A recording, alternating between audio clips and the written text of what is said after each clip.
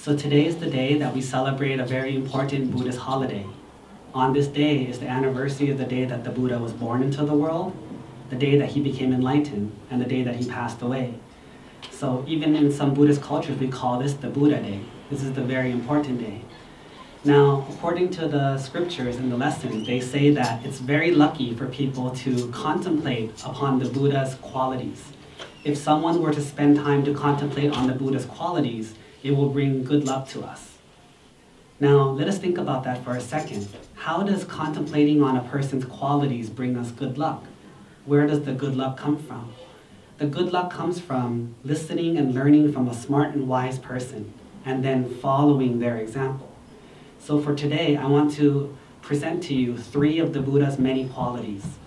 The Buddha was known as a perfected person. He trained himself in every discipline, every personality trait, and he became the master of it. He conquered his own ideas, he conquered his own desires, and therefore he's what we call the perfected human. So we use him as our example. A couple of the examples that we learned from him was, 1, he never offered his opinion without being asked for it first. You can search the 84,000 scriptures of the Buddha. You never saw him walking to anyone and saying, hey, this is my opinion, this is what I think, listen to me. Early on, when he first became the Buddha, full of knowledge and full of power, he met a man who was walking past him. The man greeted him, and the Buddha, with all his knowledge, didn't teach him anything because the man didn't ask anything. The man didn't want to know anything, so the Buddha just let him walk past. This is an example of the Buddha's personality. Now we think about it, what about us?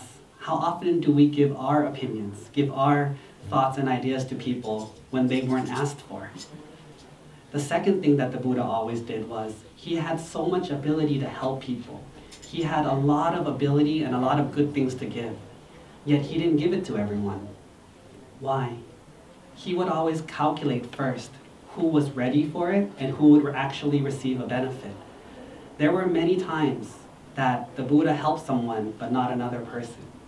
For example, an old couple came to the Buddha and said, we have a beautiful young daughter and you're such a beautiful person, we want you to marry our daughter. And the Buddha explained to the old couple that the body is not something to judge a person on, because the body deteriorates, the body dies, the body becomes disgusting eventually. Even better than this, we wouldn't want it. And when he said this, the old couple became enlightened. However, the young girl listening to this assumed that the Buddha was insulting her and became a mortal enemy of Buddhism for the rest of her life. Now, the Buddha himself, he would help anyone who was ready and willing for the help. And this is the major benefit of him. For us, when we see someone who needs help, we just help anyone we want to help. But the Buddha wanted to help everyone, but he made sure to help the people who would actually receive benefit. So before you give a gift to someone, you have to make sure they actually want it, and when they get it, it will actually be a benefit to them.